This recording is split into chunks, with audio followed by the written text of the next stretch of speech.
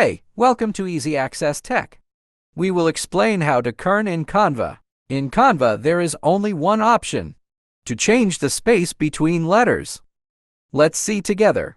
I will now add new text.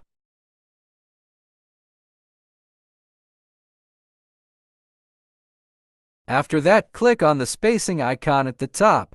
From here, you can increase the distance between letters evenly. If you want to create a custom space between letters, you must do this manually. Duplicate the text.